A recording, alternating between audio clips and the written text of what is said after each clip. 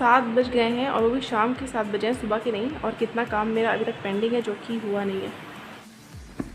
ये इतनी मोटी बुक जो मुझे पढ़नी है और पढ़ के बहुत जल्द ख़त्म करनी है, और अभी ये बहुत बाकी है, बहुत ही बाकी है सब कुछ। ऊपर से सबसे ज़्यादा मुझे प्रॉब्लम इसमें होती है जब ये सब याद करने होते हैं, ये राइटर के नेम, ये मुझे बहुत टफ़ लगता है। ये जो भी राइटर हैं उनकी जो जितनी भी बुक्स लिखी हुई हैं ये सब बहुत टफ़ है, ये सब के सब याद करने हैं, सब के सब जो कि बहुत ज़्यादा हैं, ये सब याद करना पड़ेगा। ये सब याद इसलिए भी करने ज़रूरी है क्योंकि ऑब्जेक्टिव टाइप के क्वेश्चन में यही आएंगे और उनको सही आंसर करना होगा। और आंसर जो है वो 2 मार्क का या 1 मार्क का भी हो तो उस पर अगर नहीं लिखेंगे तो पूरा का पूरा नंबर चल जाएगा, क्योंकि थ्योरी तो है नहीं। तो ये सब बहुत टफ हो जाता है। मुझे ऑब्जेक्टिव टाइप के क्वेश्चन बिल्कुल नहीं पसंद, इसी सब वजह से। जैसे अब ये इतने सारे हैं, ये कितना पढ़ेगा कोई। हालांकि मैं पढ़ रही हूँ कब से, लेकिन इतने सारे सब याद करना है, सब याद करना है। और ये सिर्फ एक बुक है अभी इतनी मोटी, और अभी आगे कितनी बुक है जो कि ऐसे ही पढ़नी है और पूरी अच्छे से याद करनी है। पता नहीं कब तक कंप्लीट भी हो जाएगी, लेकिन फिर भी करना तो पड़ेगा ही। रात हो गई है और घर में शाही टुकड़ा बन रहा था। तो शाही टुकड़े के लिए दूध चाहिए होता है, खोआ चाहिए होता है, शुगर, ग्रीन कार्डमम, ब्रेड, ये सारी चीज़ें। तो दूध जैसे अगर 2 पैकेट लेके तो 2 पैकेट दूध को इतना पकाना है कि वो पक पक के 1 पैकेट हो जाए, इतना हमें चाहिए होता है दूध। दूध लेकर उसको पकने के लिए रख दिया। देन ब्रेड चाहिए होती है। ब्रेड थोड़ी मोटे साइज़ की चाहिए होती है, थोड़ी थिक हो ब्रेड। जो बहुत पतली ब्रेड होती है ना, वो पतली ब्रेड क्योंकि दूध में डिप करना होता है, तो वो पतली ब्रेड अगर बहुत पतली होगी तो वो दूध में जाते ही पूरी मेल्ट होकर ख़त्म हो जाएगी। इसलिए ब्रेड थोड़ी हमें थिक लेनी है, थोड़ी मोटी ले लिया।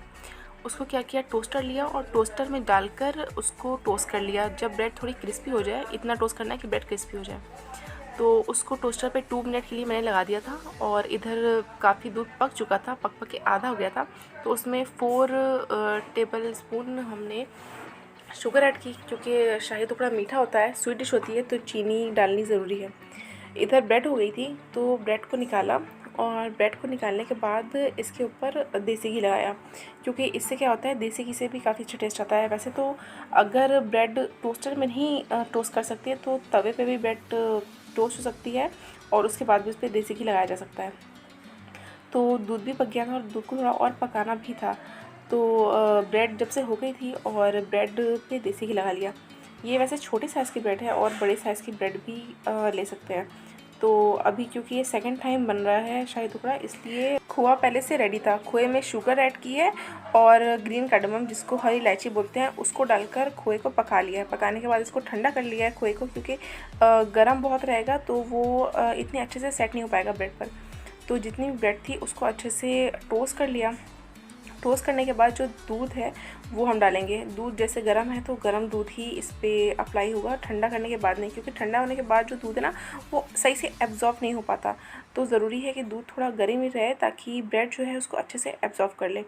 और दूध भी अच्छे डालना है, मतलब ऐसा नहीं डालना है कि आप थोड़ा दूध डालें। दूध इतना होना चाहिए कि वो पता चले, क्योंकि उससे ब्रेड बहुत ज़्यादा सॉफ्ट हो जाएगी और खाने में भी इसका टेस्ट जो है वो बढ़ जाएगा। तो दूध को अच्छे से डाल लेना है। जब दूध अच्छे से इस पर डल जाए तो उसके बाद जो सेकंड चीज़ हम डालेंगे वो ये खोआ है। खोआ जो कि मैरिनेट करके रखा था, थोड़ा ठंडा कर लिया था, उसके ऊपर ये खोआ डालना है।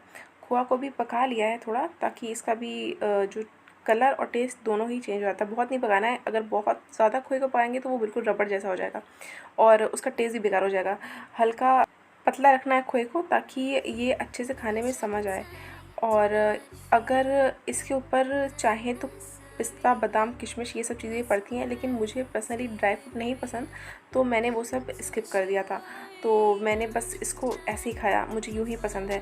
लेकिन इस पर बहुत सारी और भी चीज़ें डलती हैं, जैसे ड्राई फ्रूट वगैरह, और कुछ लोग इस पर केसर वगैरह भी डालते हैं, लेकिन वो सब अपने ऊपर डिपेंड करता है। मैंने क्योंकि घर में एक बार पहले ये बन चुका था तो दूसरी बार बन रहा था, तो इतना मैंने सोचा कि ये ड्राई फ्रूट वगैरह मैं अब इतना ना डालूँ, तो बस यही था। और ये सिंपल ही बहुत ही टेस्टी था, तो मैंने इसको गरम ही खाया। गरम ही काफ़ी अच्छा लगता है। वैसे क्या होता है, अगर इसको फ्रिज में रख दें तो ये ठंडा होकर भी काफ़ी इसका टेस्ट चेंज हो जाता है, तो वो भी अच्छा लगता है। लेकिन ये गरम मैंने उस दिन खाया और ये काफ़ी अच्छा बना था।